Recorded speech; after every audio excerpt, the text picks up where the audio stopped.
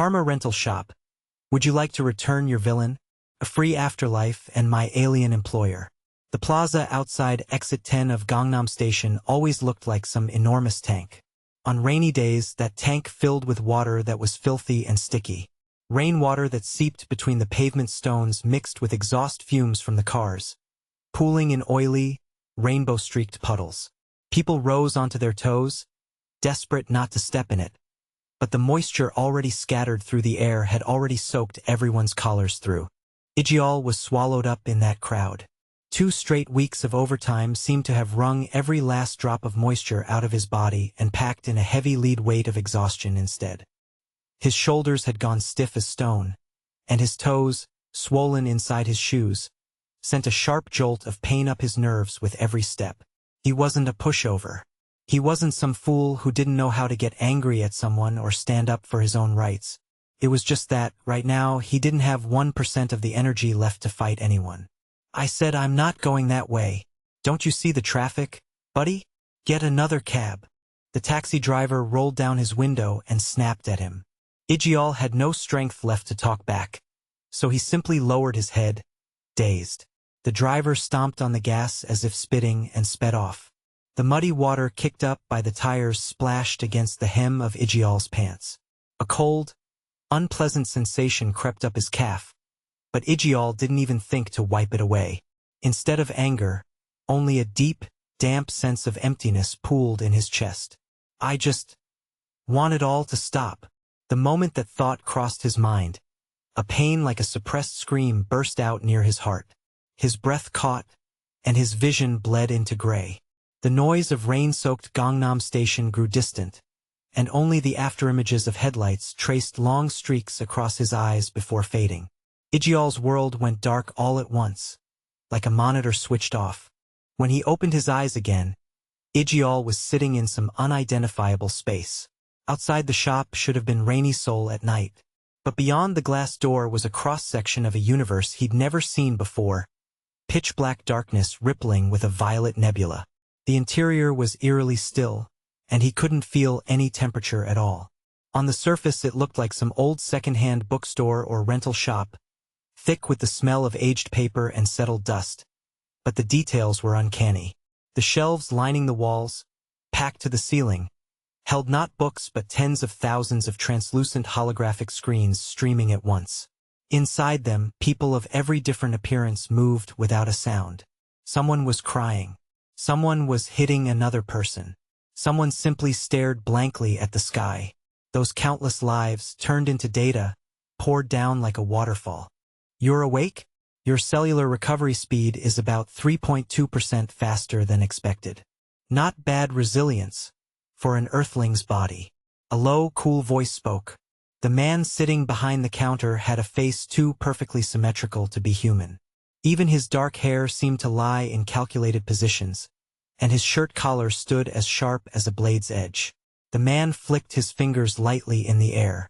A glass filled with a blue liquid floated toward Ijeol, defying gravity, and stopped in front of him. Drink.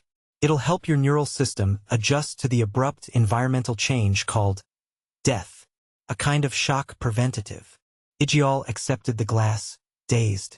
As the cold liquid slid down his throat, the pain and exhaustion that had been crushing his whole body washed away as if by magic. Ijeol stared at the man and asked, "Is this the afterlife? Are you some kind of god? Or an angel or something?" A god. How thoroughly earthly and sentimental a notion. The man let out a short laugh and rose from his seat. Every time he moved, unseen mechanical devices behind his back meshed together like gears, faint and precise, before vanishing into the wall. He approached Ijeol with a movement more like a machine's than a human's gait, precise and utterly silent. "I'm Shivu, an observer dispatched from a star cluster on the galaxy's outer rim. And this is a shop that collects and studies your causality, what you call karma. If there is a being you'd call a god, he probably has no interest in sorting through such tedious data. But for observers like us, there's no data more delicious than this." Saiwoo stood before Ijeol and reached out a hand. Particles of light spilled from his fingertips, and fragments of Ijeol's life records arranged themselves in the air as data. The rainy commute home, his boss's unreasonable scolding, the taxi driver's rudeness. Every one of those moments rose into the air like a vivid, high-definition video. Ijeol, your life is a remarkably interesting data sample.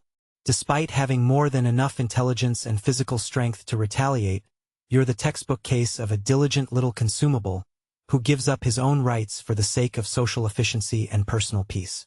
Thanks to that, your karmic ledger has piled up a mountain of unpaid debts. The energy of your grievances crossed a critical threshold, and your heart simply burst. Ijeol watched his own shabby life floating in the air and asked bitterly, "So if you're not a god, then why exactly are you doing this? Is it really that fun, watching how humans live?" Saiwoo fell silent for a moment at the question. With an expressionless face, he looked out at the violet nebula beyond the window. "It's closer to research than fun. Do you feel friendship for each individual ant when you observe them? Or do you judge them as good or evil? No. You simply watch how that ecosystem runs, how it reacts to outside stimuli. To me, karma is nothing more than a physical law, like entropy in the universe. I merely have a hobby of collecting those scattered laws, and sometimes giving a bit of stimulus to see what results come out. So to you, I'm just another ant. Precisely, but a fairly useful ant. Which is why I'm making you an offer. Work here. You have far too much accumulated data to simply be erased right now. While you work here, I'll grant you a freedom of consciousness. Release from every physical pain, financial anxiety, and social status you once carried. In other words, an employment contract, a free afterlife in exchange for helping with my research. Not bad compensation for a life after death, wouldn't you say? Ijeol looked around. A cold but peaceful space. A place where he no longer had to watch his boss's moods, no longer had to worry about the rent on his cramped studio while running around in rain-soaked shoes.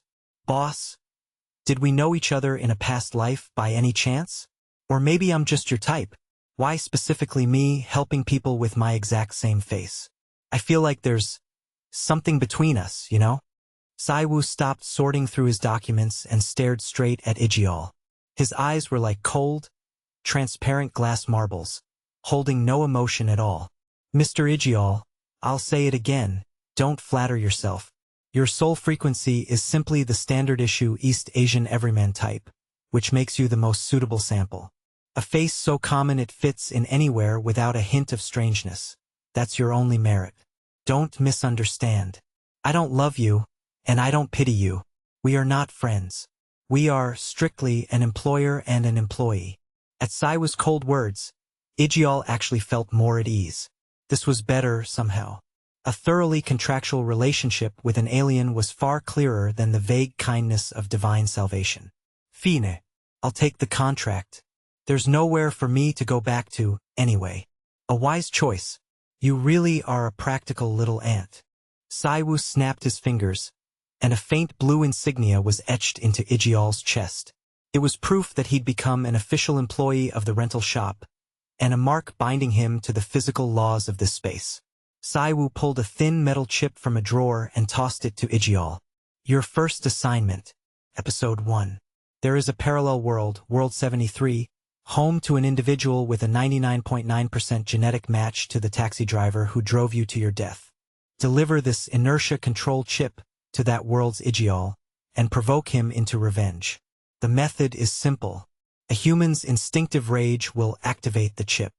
Saiwoo cut through the air, and a massive dimensional gate opened, shimmering with silver light. Beyond it poured the sound of sticky rain and the sharp blare of car horns. Go settle humanity's tedious causality accounts. Handle it cleanly, without contaminating the data with emotion, and report back.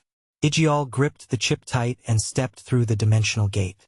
Looking back, Saiwoo had already pulled up another holographic screen, analyzing data with an expressionless face. He truly was a cold, merciless employer, utterly devoid of warmth. Rain fell over Gangnam Station in World 73. There, Ijeol began walking slowly toward another version of himself, the one with his exact same face, not yet dead, shivering miserably in the rain.